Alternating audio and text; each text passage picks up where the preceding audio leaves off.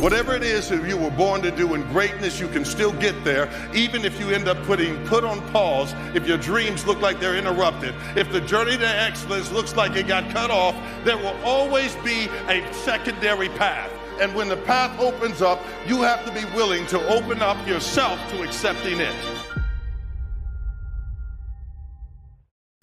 I was born in 1973. Some of you think that's a long time ago, but to me it feels like it was yesterday. No, it doesn't. But it sounded good, right? So watch this.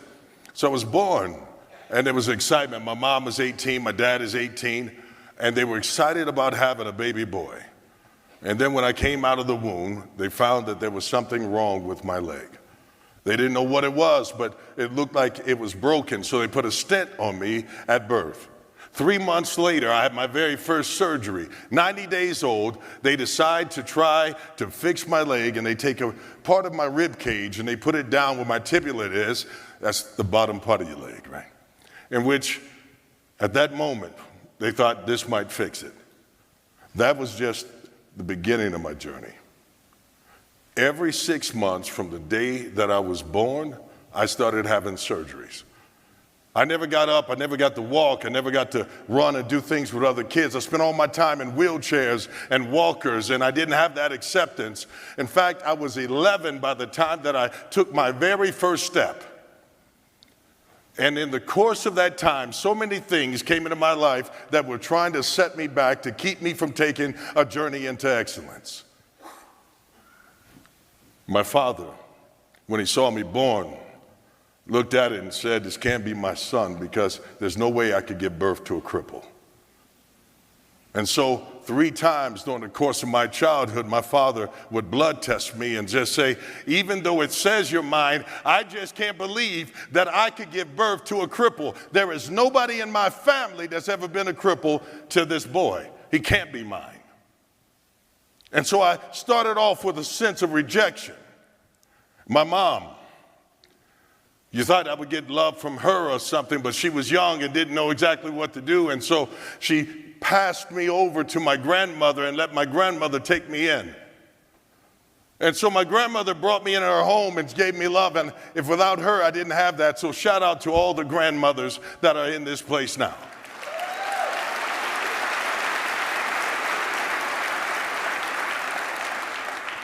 Let me tell you something that began to happen with me.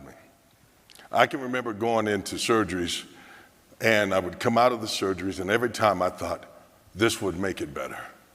This time I'll get up and do what everyone else is doing. I would watch all my cousins play, and I wondered what it was like to feel grass under your feet. I wanted to do everything that every other kid did, so I can remember when they got me a walker, I decided to do what every person in here has desired to do, to join in and throwing rocks at cars. So I had seen all the neighbor kids they would go and they pick up pebbles and they hit a car and take off running. And I set a goal in my life. It was my first step in the excellence journey. I said, I am going to hit somebody's car with a rock. And so this actually happened. So I get my walker.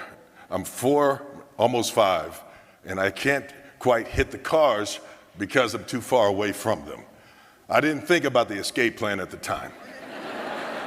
And so I said, I got to go ahead, and if I'm going to hit one of these cars, I need to be able to get away. These other kids would take off running behind houses, and they're gone, and I'd see them laugh, and I was like, Lord, just let me have that one moment, hit a car, and then get away. And so I got my walker, I got in the middle of the street, because I figured there's no way I could miss it if I'm in the middle of the street. So a guy comes down the street in his brand new Cadillac. He pulls up, he stops, think, I hit him. And then my escape. Well, as I'm going away, this guy gets out of his car, he helps me up the step. We go to my grandmother's front door. And I'm thinking I'm getting away from him. I'm like, I go ahead, I'm like, Grandma! And he knocks on the door for me. And then he snitched. It was at that moment I realized sometimes your journey in excellence has to take a different plan. So I was sitting there and I said, man, I wanted to be just like everyone else. I can remember sitting there and asking Grandma, why did I have to be born this way? Why is it that I don't get love from that? My mom doesn't tell me she loves me. My dad won't even own me. He won't even acknowledge me. The other kids can't play with me. They keep thinking I'm so fragile and stuff. And so I spent all these days sitting on the porch with my grandma, listening to her. And she became not only grandma, she was my best friend. She's passing on wisdom and stuff. And the whole time I'm being raised, she keeps giving me a nickname, calling me Superman.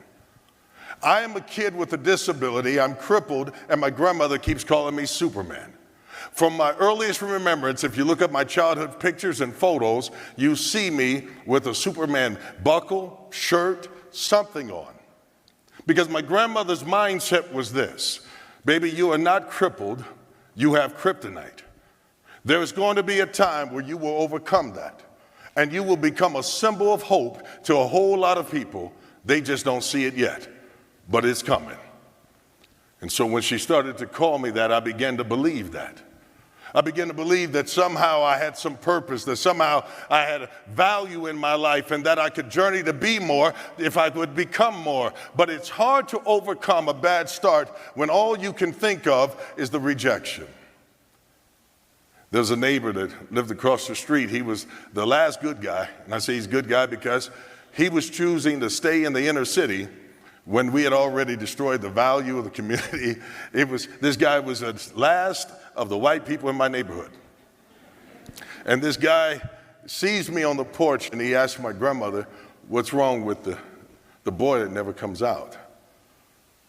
And we thought he was just being nosy, because I was used to people saying, what's wrong with him? And I hated that question, as if I wasn't enough. It sounded like there's already inherently something wrong with someone saying, what's wrong with him? And my grandmother said, well, he was born with a problem with his leg. And he said, what is it diagnosed at? And they said, we don't know. They had no idea what it was wrong. They kept trying to fix me, and there's another surgery, and there wasn't a whole lot invested. My grandmother couldn't read or write, so there was some struggles that she had in communicating some things. And she said, we don't know what it is. And he said, ma'am, let me tell you who I am. He said, I'm a Shriner. And we'd like to volunteer to take that little boy and cover all his medical expenses. We'd like to take care of your grandson, do whatever it is that he needs. And my grandmother said, you will do this free of charge. You'd help my baby. And he said, absolutely. And I'm so glad that this guy was willing to go across his comfort zone and come over to us and ask the question, because he was bringing solutions. I didn't know it then, but that would be the very start of my journey in excellence. Someone who was selfless enough to invest in a kid that couldn't give anything back. And so this is what happens. They arranged for me to go to Chicago, and for the first time in my life, they put my mom and dad in a van with me, and I had never had them together. I'm 11. Never had my mom and dad around me. We're riding to Chicago, we stop at Cracker Barrel, tell us we can eat whatever we want. I'm getting all the candy and stuff. I'm like, this is the best ever. And that's all I had was candy. I just kept going with candy, because they can't really do anything to me. It's free. And the guy said I could have it. Mom would look at me, don't ask for anything else. Sir, can I have some more? Yes. This is awesome. And so we get to the hospital in Chicago, Shriners. And at the time, even the hospital was called Shriners Hospital for Crippled Children. So we arrived to the hospital. This is not a new thing to me. I'm used to going through this journey in hospitals. We walk in, I have a surgery, and then I end up going home. This time they give us a tour, and as I'm going through this tour in this hospital, this is amazing, because it's the first time I'm there, and it's like Disney. Everything is focused on giving the kids an experience. I go and they have wheelchair decorating contests. We have arts and crafts. We have games that we play, and every kid in that place has something like me. All of us are going through this journey. I thought I was the only one, because everyone else I had always seen my life, I had never seen another amputee. I had never seen anybody with anything else. I had never seen any of these issues. It was just me. And finally, I found out there's a community. There's a word there. When you start your journey of excellence, you will find that there's a community that's been waiting on you. You just don't know it yet. But if you can get in that environment, you'll find that there are people who've been waiting to accept you as you are, and they will help you improve from the moment you get there. We're in the hospital, and they give us a tour. And I'm like, man, I love this place. And they take me to a unit inside the hospital called Great Lakes, and they give me 2 roommates, and I never had that before. We get into the hospital room, and they were like, these are going to be your friends, Matt and Gilbert. And so I said, hi, guys. And they said, before we put you into your room, we wanted you to meet them, but we got to go upstairs so your parents can say goodbye. I'm like, okay. So we go into the room. We're spending time together, and my dad, who I never really had a connection with, sits down and he says, listen, if you ever need me, he takes his necklace off and hands it to me. Mail that and I'll come. Now, that's the first gift he had ever given me. And for the first time, I believed that maybe he is accepting me. My mom comes down, kneels down in front of me and says, listen, baby, we got to go. I need you to be good while you're in here. I'm like, okay, no problem. I'm used to this. I'm in the hospital. You guys will pick me up soon. But where's Grandma? And so Mama can't be up here. And I said, okay, well, I'll see her when I get done, because I'm used to this. I've had 34 surgeries before I turned 11. Every 6 months, I'm going through surgery, rehab. I've never known what it's like to walk yet, and I've seen 9-month-old babies walk, and I've never had that experience. I'm in this hospital. My parents leave, the nurse takes me down, and I get to meet Matt and Gilbert. We finally have roommates. We're hanging out. Gilbert is from Chicago. He was thrown off a top floor at Cabrini Green projects in Chicago. He was paralyzed from the neck down for life. He's 12. He's on my left. On my right side is a kid named Matthew. Matthew is 8. He's a small white kid that is loving. He's funny, but he lives inside of a little incubator. He's fragile. His parents reach through gloves and interact with him, but he didn't allow that box to allow him to be boxed in. He would speak and laugh, and we'd crack jokes, and I would pull my wheelchair on one side of him and talk to him all the time. And then when I would lay in the bed, they had placed a mirror on the ceiling so that we could all see each other's faces, and I could talk to Gilbert. And so all night long we'd talk. Plus nurses, if you know any, they like to bug you all night long. You're like, hey, are you sleeping? I really was. Let me just check some things. If you leave me alone, I could. So I remember we're sitting there, we become fast friends. We're building a relationship. This is the best thing ever. Because I was an only child and I didn't have friends. All I had was my grandmother. So here we are, Gilbert. Gilbert is talking, he's telling us stories about him growing up and how his accidents happened. Matt has only known his experience. He's not like Gilbert. He's never known what it's like to walk. I don't know what it's like, so we envy what he had, though he lost it. Matt goes in for surgery one day, and I used to love spending time with him because Matt had a mom and dad, and it was the first time I'd ever seen a mom and dad work together with their kid. Gilbert hadn't seen it either, and we looked up to the mom and dad to see them love on their kid, and we wondered what would that be like to have a mom and dad that would accept you. It's a word for every kid that's in here, every kid that you let see this. Don't take your parents for granted. Be thankful that you have them in your life. If you've got an active mom and dad in your life, that is a superpower. That gives you a head start in the journey of excellence. Embrace that. Don't rebel against that.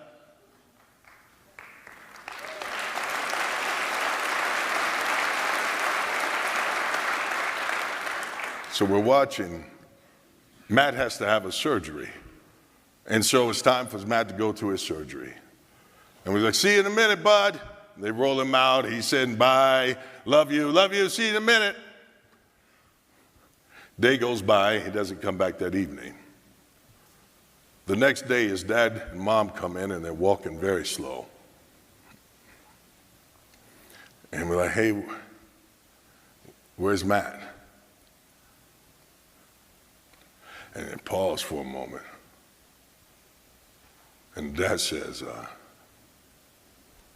Matt went home. And I was like, oh, okay. Well, he didn't say bye or anything. And they were like, no. Matt, they didn't make it. And for the first time in my life, I realized that kids can die. But for me, that had become my brother. And Matt's gone. His mom and dad we're not going to see anymore because it was the only parents we had seen. And now they're going to be gone. And we kind of enjoyed them. We loved them. In fact, but Matt being gone, there's an empty space now, and it was rough. And his dad came over and he gave us a teddy bear that belonged to Matt. And he was like, I want you to have this.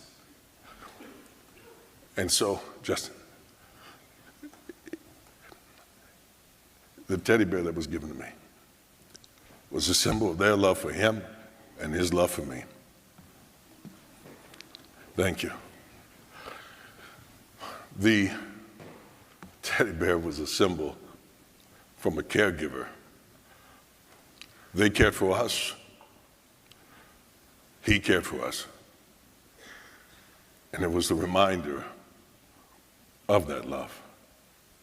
There's a lady in here that has given so much to DOE. Where is Cody at? Stand up, Cody. Would you come here for a moment? You see, in life, you're given a gift so that you can give a gift. All I've known is that you're a great caregiver of so many others and have been through, and I want you to know that you are loved. And the gift that was given to me, I give to you. Thank you. Come on.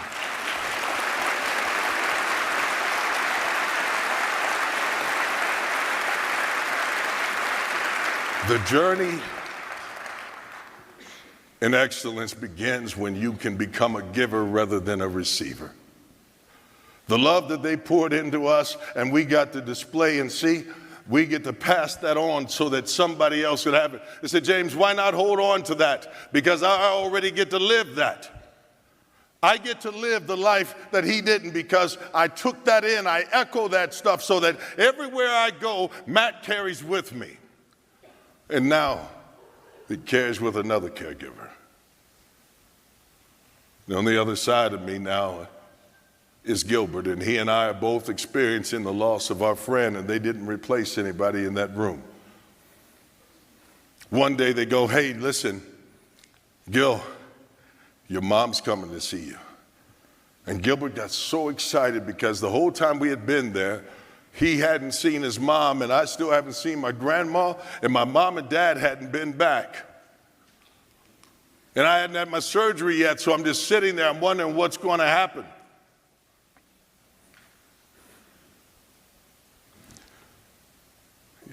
Gilbert is like, my mom's coming.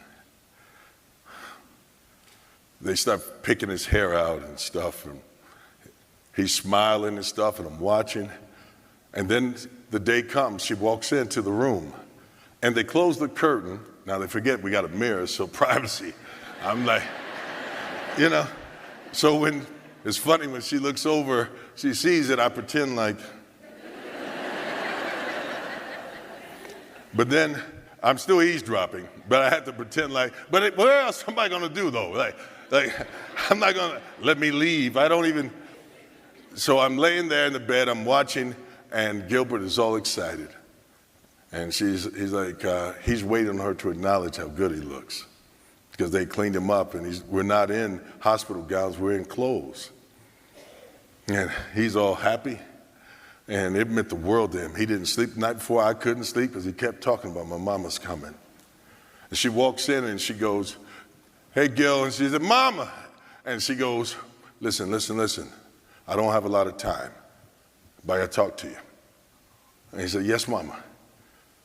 And she said, listen, Gil, they just told me you'll never walk again. He knew that, though. And he was like, yes, ma'am. That's a lot of work for Mama. There's no way I can't do it no more, baby. I got to live my life too. What am I going to do with a boy that can't walk no more? You can't even do nothing. What am I going to do? I can't do it no more, baby. I've signed you over to these people. They going to take you from here. It was at that moment, man, that I felt his pain because I'm watching and he's afraid. And he goes, Mama, please. And she's like, you're making it hard on me. I cannot do this. You ain't going to walk. You ain't going to do nothing. And Gilbert's begging, and she turns, I can't do this, and walks away. And Gilbert starts yelling, mercy, Mama, Mama, Mama. And I'm watching him, and I'm like, oh, no, man, not only did Matt die, but parents will abandon you and leave you in here. My grandma, she ain't came. They're not coming back for me. They're not coming back. That's why they're not here. They're not coming back for me. Gilbert's laying there. Mom's gone. Matt's dead. I'm like, man, I just realized what's happening. They're not coming back. They took me to Chicago. I'm from Indiana. They're not coming back for me. He's crying. I'm crying. We're struggling with this. What do you do when they give up on you? If the person that's supposed to love you unconditionally says, you are too much, you're too disabled, you're too crippled, and I don't want anything to do with it. Gilbert sit there, and I watched him trying to hold his breath to take his life. I watched him try to bite his tongue, and I saw him, he quit talking, and all night long, Gil, talk to me. And he won't, because he had been broken. The next day, they come in and they tell me to take a bath, and they're scrubbing me, getting me ready. I thought it was just a normal bath, but then they roll me out, and I can remember getting sleepy, and when I woke up, my leg was gone. And nobody told me. All I know in my life is my leg was there. Even though I've been in a wheelchair, I've been limited, it's all I ever knew. And when I woke up, it was gone. No mom, no dad, no grandma. And so I realized they left me. Gilbert and I both broken. One of the nurses saw Gil and adopted him herself. She had been taking care of him, loving on him, and when the mom gave him up, she took him home. And so I look at the fact that there are people who are scaffolds in your life. They are there for a season, and they will season you up so that someone else knows how to get you from where you are raw to well done so that you can be what you can be. That nurse was what he needed. She stepped in without a child of her own, adopted him as her own, and he got a family right then and there. That was a win for him. I watched that happen for him. But what about? Doctor comes in. How you doing, James? And I waited until he got a little closer. And he said, you okay? I whispered. He gets close. I grabbed my pillow. I tried to hit him. I did that. I almost got him too. He was quick though. I think he went to Northwestern or something. He was really fast. So he got away from me being able to hit him, so now they strapped me to the bed. And I was like, the people done got me. I don't know what to do. I'm angry because it's all I ever knew. In the journey to excellence, there'll be times where you'll have to release things in your journey and you don't even realize that you no longer need them because they don't serve you. We are attached to what we used to be. We got to get familiar with what we can be. Finally, my mom comes to visit. What stirred her to show up is she had heard that I had attacked a doctor. So when she comes in, she doesn't come in to show me love. She walks in all strong. What's this I hear you were talking back to adults? But now I'm in a better attitude because it's been days. But I'm so happy to see her, but I'm afraid she's going to leave me like Gilbert's mom. So I was like, I'm sorry. And she said, you know better than talk to an adult like that. I'm going to say, yes, ma'am. The truth is, I'm behind my yes, ma'am is a begging, please don't leave me. Even though grandma was my primary, my mom is there, and I don't want to lose her, and I haven't seen grandma, and I don't know what's going on. I don't even know if she knows because she can't read or write or those things, and I haven't heard from her, and maybe it's just, I don't know, but I don't want to lose you, so yes, ma'am, I'm sorry. My mom says, well,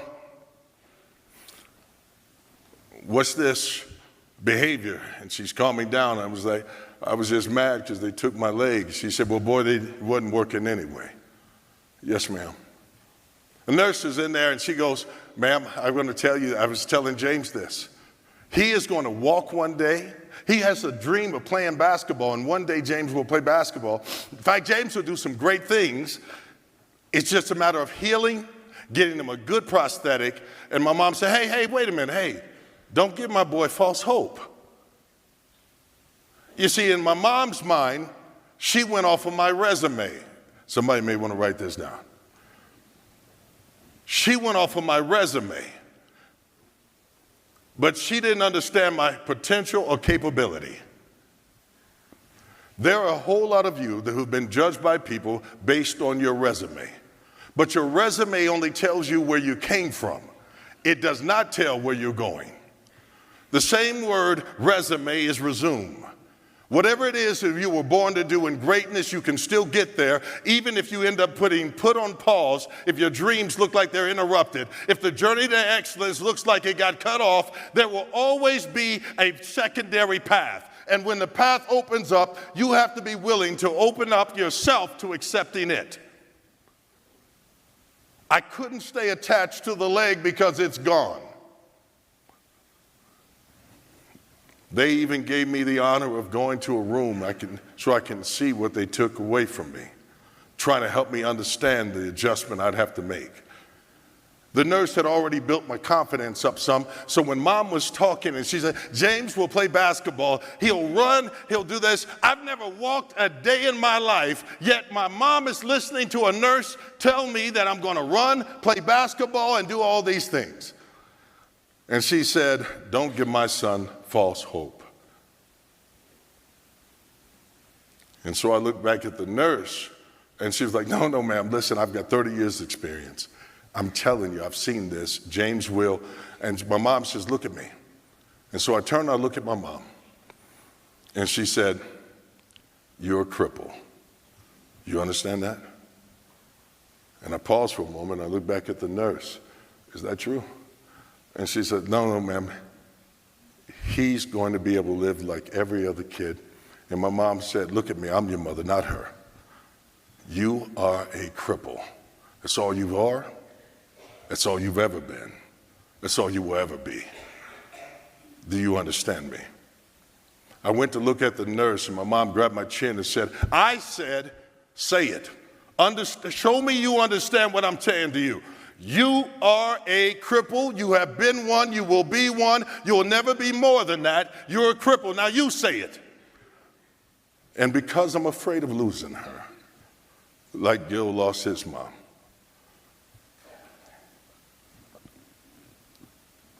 I paused for a moment, and then she slapped me. And when she slapped me, it scared me, and she said, say it. And she went to slap me again, and I paused, and I put my hands up and said, I'm a cripple, Mom, I'm a cripple. I'm crippled. I'm done. I'm a cripple. I'll never do nothing. I'll never be nothing. And she said, now you understand. And so I broke. So the nurse every day comes in trying to encourage me. James, you can do it, but I can't do it. I won't go to rehab. I won't try, because what's the use? I'm a cripple. And I don't know what grandma is, and that's the only one that loves me. And Mom and Dad, he never came back. I even asked him to send this necklace, and he never even gave me his address. That nurse that was there. asked me, do I know my grandmother's phone number? And I said 765-649-9882. She calls her, and my grandmother, against all of her insecurities, goes to a Greyhound bus station, and unable to make sense of what was there, and said, can y'all just get me to Chicago? Because the nurse said, he needs you. Without the ability to read and write, without asking somebody for permission, or my mom or anyone else, my grandmother shows up at that hospital. And all I hear is, where's Superman? Where's my baby? And I hear her voice, and I lift my head, and she said, I heard they told you you wouldn't be anything but a cripple. And baby, I came to tell you, you are still Superman. And when she began to speak life over me, and she began to tell me that I was born for greatness, you can get up, you can do anything you want to, baby. Doesn't nothing stop you. There's people here to take care of you. I came to tell you to get up and try it again for me. In that very moment, I said, I'll go to rehab. They gave me a prosthetic, and I began to walk. And when I took my first steps, I didn't do it without having on that Superman shirt. Because the journey in excellence that began for me the moment my grandmother came and helped me remove that negative stigma off of me. And I came here to tell every one of you, you are excellent. You are all superheroes. I don't care how many mistakes you've made, how many times you've messed up. I don't care how close you've been to bankruptcy. I don't care how many times you failed. I don't care what the health had looked like. Every one of you in this room is a superhero who is headed in a journey in excellence. And I defy anybody to tell you that you cannot be something.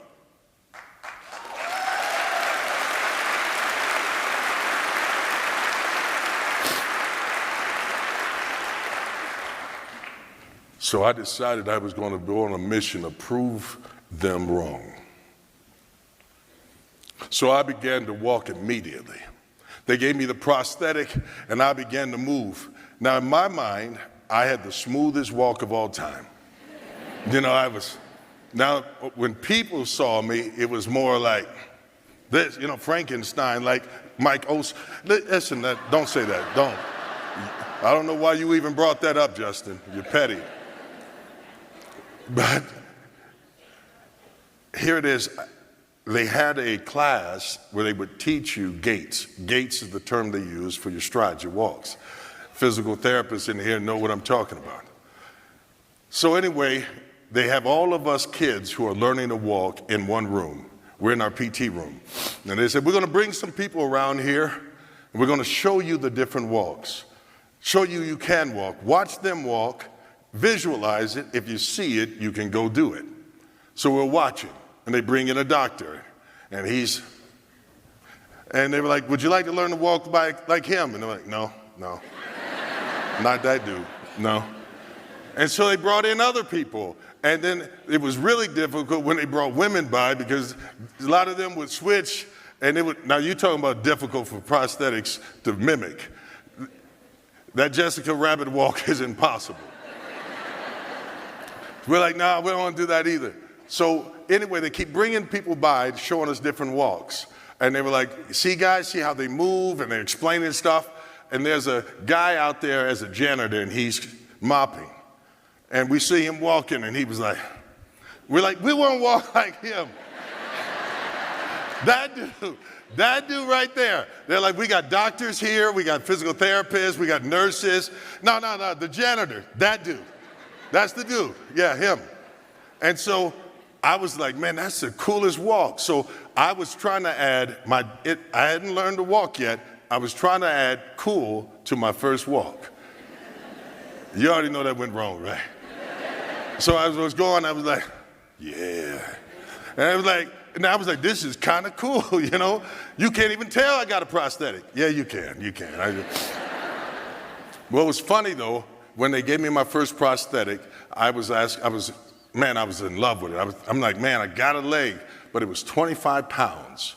It was connected there with a rubber foot on it, and the only question I had was, Like, because the leg part, they made that brown. I loved it, but the foot was white. I was just wondering if we could somehow get a... They didn't have any at the time. They didn't. So I'm just going to keep a sock over that one because it's hard to explain to people like, I'm mixed. So here's what happens. I decided I wanted to play basketball, but I had learned to be able to stand, hop on my sound leg, my good leg. And so as we're sitting there, I would watch basketball games, and I was like, Grandma, I want to play. And she was like, you do, baby? And so she bought me my first weight set. Now, some of you don't know anything about Hulkamania, so I got to tell you about it. So the first weight set I got was a Hulkamania weight set. I should have known it wasn't very heavy because I got to carry the whole box out with it, right? You carry it. But in it had a cassette tape, a headband, 2 blue weights, and a half-torn T-shirt. But that was it for me. Grandma was like, baby, I got you it. I was so happy. We opened it up. I got the headband on. I grabbed the weights. I did it for like 3 or 4 seconds. Walked back in there. Grandma, feel. Feel that. And she's like, woo, baby, you getting strong. Hold on, give me 5 more minutes then. So I go back. Dude, I'm feeling it. I was started doing that walk like John Smith here does, right? I was walking around and I was like, yeah. And Grandma was like, she kept building this whole alter ego with me and stuff. And in fact, my mom and I got into another argument. This time because now my confidence is high and I'm a Hulkamaniac. And she was like, hey, listen, do you really believe that somebody could hit you upside the head with a chair? And they could do this repeatedly. And they could do this 20 times in a row. And at the end of beating you with a chair, you could stop, listen to a crowd, cup your ear, and then get up without it hurting you anymore, and then win. And I said, I'm glad you asked that. And I remember looking her in the eye and I said, if 10,000 Hulkamaniacs are behind you, you can do anything. That day on, she banned me from watching wrestling, so I never got to, I don't know what happened with the Hulk since then, but I never got to see him again. So, but it was the philosophy, it was the mindset. I used to listen to that tape. It would say, eat your vitamins, say your prayers, do good. I would listen to it, and whether I knew it or not, I was getting daily affirmations every single time I played it. And that's a birth for you. You see, the journey of excellence begins when you decide to let 2 things happen at the same time. The negative stuff that happens in your life, you can't avoid. But how you respond to it is up to you. You see, excellence is a choice. And like Mike Osher says, you can make excellence your average. How do you make it your average? Because I make that thing that is said positively become louder than the voice that tells me I can't do. And whichever one of those I feed more is the one that gets nutrition and then will feed you. You must feed yourself daily affirmations. You got to get up and look in the mirror. I don't care if you feel it or not. You begin to say things to yourself like, I am tall. I have freckles. You start off with some true stuff, right? You don't just start off with like, I am this. But I began to speak, I am an athlete. I am great at this. I will set world records. You begin to speak those things that are not into existence as if they already have been done. You say them and you become them. But that's the journey in excellence. I decided after working out, and I got big in 10 minutes, that I would go ahead and I wanted to play basketball. But I was doing it with the idea I would prove someone else wrong, my mom.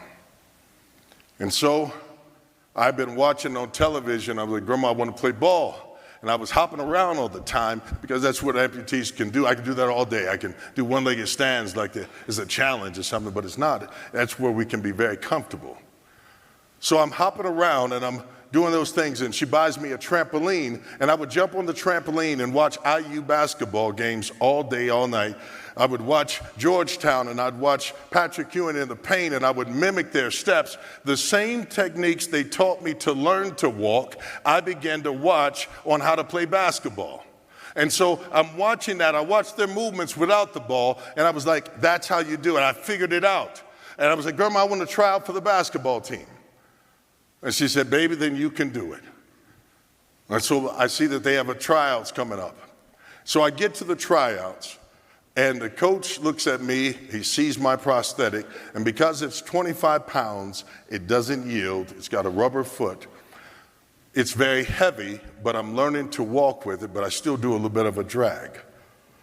So as I'm doing that, I had started to watch and notice how everyone else moved, and instead of walking and dragging it, I learned that it was heel-toe, opposite hands, and it was controlled at my core. So I started being able to cover up so it wasn't always so noticeable. And so I thought I was prepared for this. So we get there, and I've been playing basketball in the backyard. Grandma's been encouraging me all the time. The work that I'm doing that they hadn't seen is about to show up, but I didn't realize that they had other things that they had to do other than to play. I had never experienced that. I never walked before. Now I'm walking, I'm running, I'm doing all this in the same year. It's a miracle for my family and for me, but to the coach, it's a liability. So he says, we're going to start off with Death Valleys. Anybody know what Death Valleys is? They call them suicides and stuff when you got to run and touch stuff. It's a way of torturing kids and get away with it. So we get there, and the coach is like, we're going to do some Death Valleys. And I was like, I came for basketball practice. I don't know if it starts afterwards or, and he was like, no, we all got to do this thing. And so I'd never done this before. And so I'm watching the kids and stuff, and it's like, okay, you touch it, you run, you touch, oh nope, shoot, I'm already behind. It's like Simon Says to me, because I'd never done it before. And so I'm in last place, and I'm running back, and at the end of it, he goes, sorry. You couldn't finish the mile in under 6 minutes. You didn't know how to do those things. They cut me. But he didn't have a conversation with me. He said, outside of this room, there's a list on the wall. If you made it, your name will appear. If it isn't, thanks for trying. And so I go ahead and I run out there, and I'm looking to see if my name is on there, and it's not.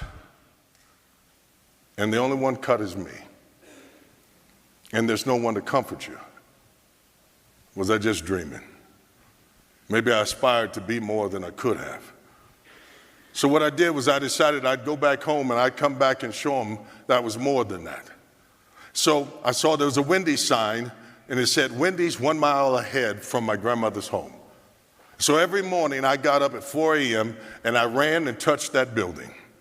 And then I'd watch the time. Run, touch the building, come back. I did that every morning religiously. I did Death Valleys and on my own. I would go to the court and I'd run and I'd touch, and they were like, and so I got to the point that there wasn't a thing that I couldn't do. And I was like, man, I'm ready. So I show back up. And I'm completely in shape. I'm ready for this. I prepared for this. The very things he cut me with, I'm back and I'm stronger in those things than ever before. I worked on my lateral movement, so if you test me to my right, I'll be there. I'll meet you there. I knew how to work at angles and stuff. I played against older men all summer long so that I would be ready for kids my age. And I walked in with a sense of attitude about it. You're not cutting me. We get to the practice and we're going through it. And he goes, Death Valleys. And he goes immediately to the thing he cut me with a year before. But I know that he's doing it because he wants to get me out of the way and get to his real team. So we're running down. We touch all the lines. We touch every line. And we get done. He said, until the last man is ready to drop, we don't stop. And every time we finish it, I put my hands on my hips and I look back at him and he's like, again. So we run, we touch the lines. We keep going, and everybody else is bent over, grabbing shorts and sucking wind. Some kids are throwing up, but I'm still standing there with my hands on my hip. And he was like, again. So we run it again. And I just keep looking at him. But then I started yelling at him, and it became the speech that opened up the world to me through YouTube, because I said, put me in the game, coach. I just kept yelling. We're touching the lines. You're not cutting me. I don't care how much stronger they are. I don't care about their genetics. You put me in the game. I keep yelling at him.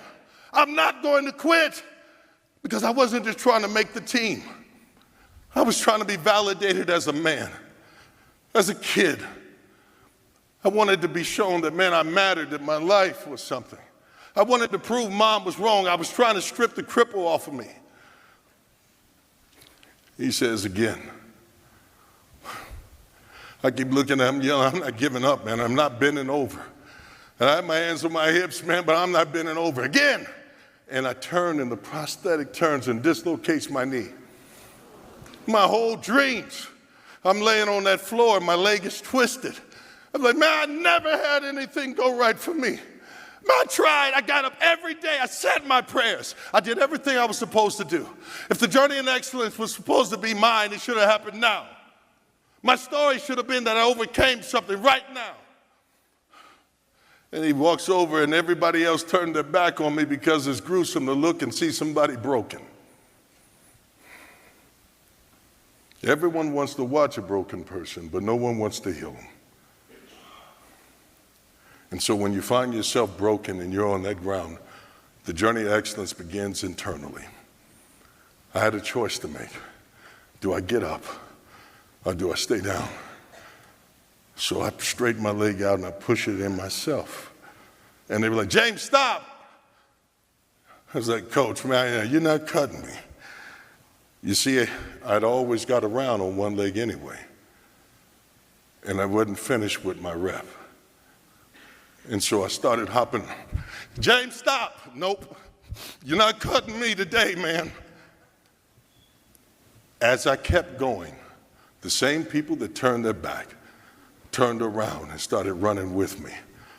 Because you cannot deny when destiny is on you. I was in pain, but I still kept going. Because it was a mindset, and when your mind is set, you're set. Man, that's a word. Then he cut me from the team. He really did. I didn't make the team. He was like, he loved it. I know it would have been a great movie. No. I want to shout out to my coach, Mike Oster. Thank you so much for always being there for me, man. The way years go by, I keep the habit of working out because I never want to go back to the wheelchair. The wheelchair was a chair of opportunity. Stay there or get up.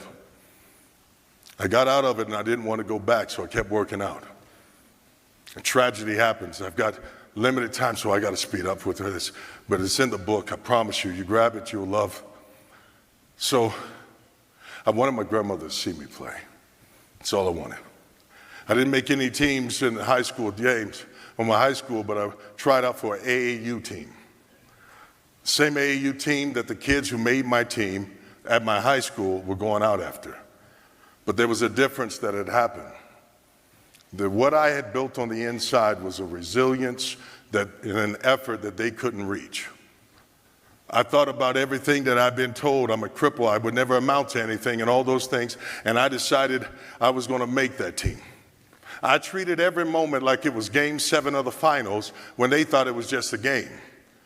There wasn't a time that I didn't give my full effort and attention. I gave everything I had, and I got my first state championship as an AAU talent, playing against guys that were Jason Kidd, Grant Hill, Sean Bradley, guys that made it to the NBA, and I got a chance to play up against them without ever making a high school team.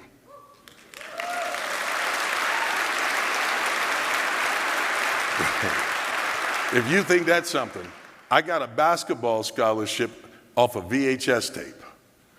What I did, they filmed me playing a guy named Damon Bailey. And Damon was the hot shot at the time for Indiana. But he had, every move he did, I had seen in the hood a million times. I'm like, I know where you're going. But I also learned to watch their gaits. I knew their movements. And so I got a chance to guard him, and my grandmother's there, and she got this big, she watching me, man. It's like, and so she's recording this, And I thought about it for a moment. I was like, I can't waste it because Grandma here. I'm going to give it my all. So I guarded him like my life depended on it.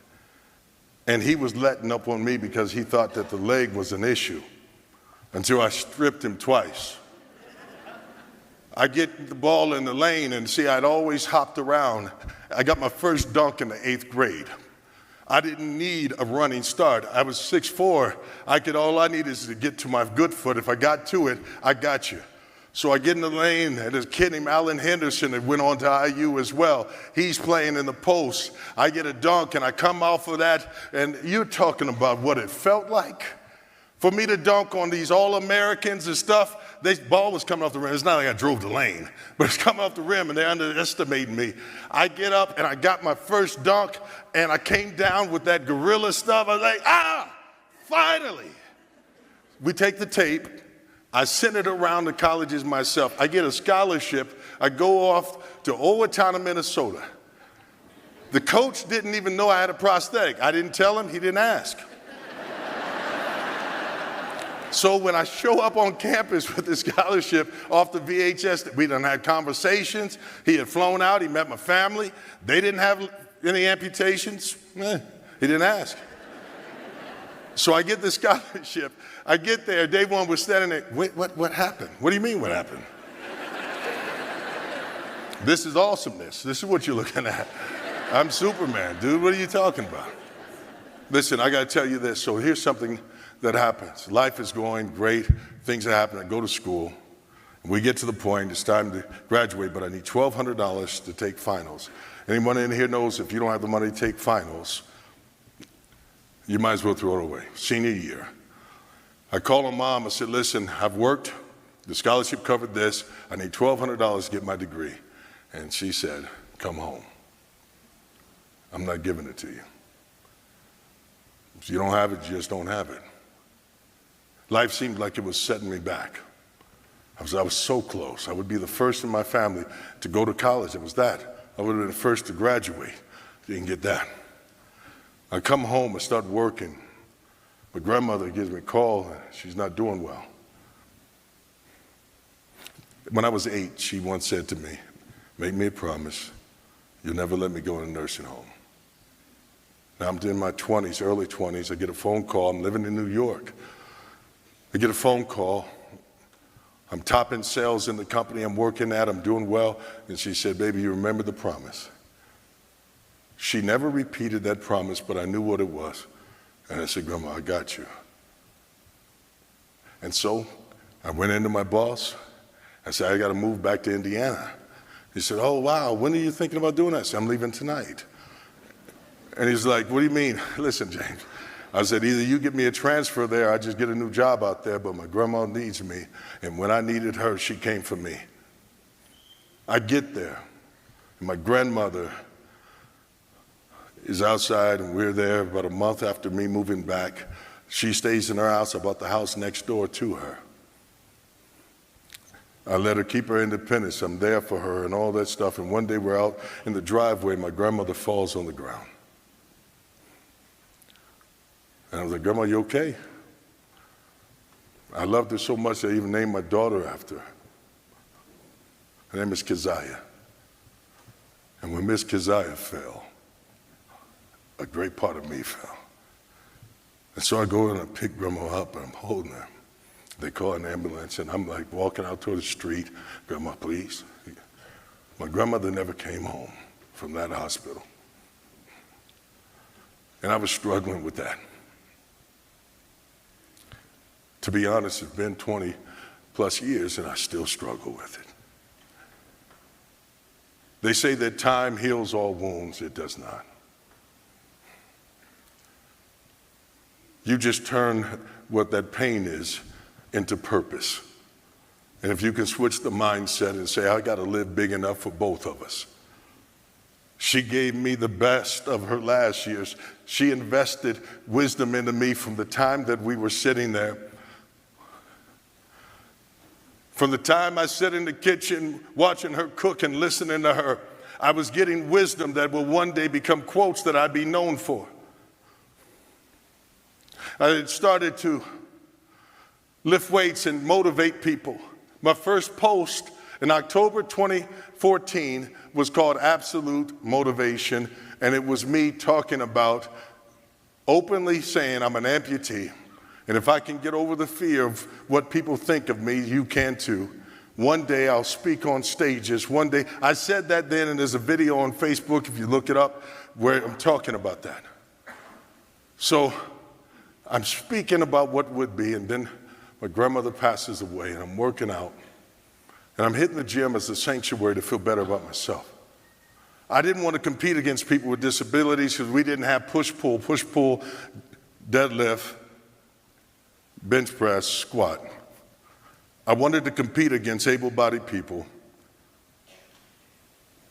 and they put me in the 275 category. I don't know why. I weigh 135. So they put me in that category, and I'm against the big guys, and we get to this competition.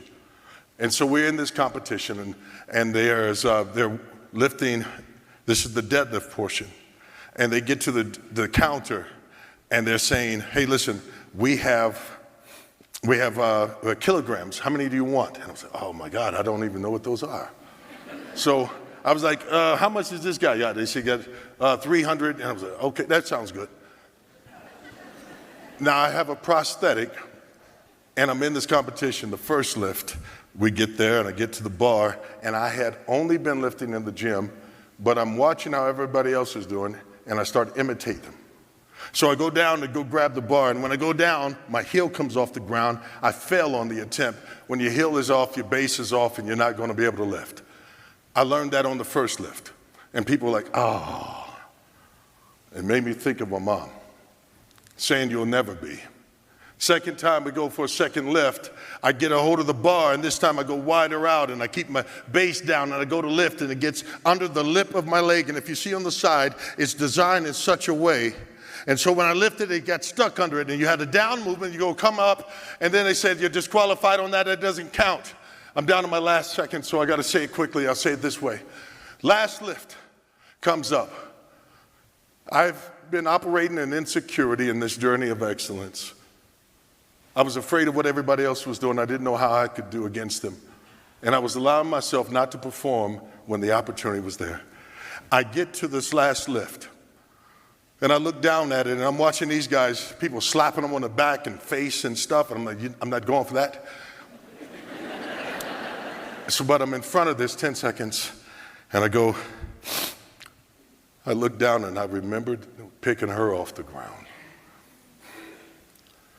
So when I reached down and picked it up, my grandmother was in my heart, 760 pounds.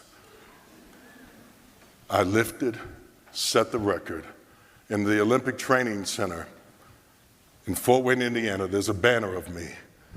And I never played in the sport, never made it, because Superman is for real. Thank you all.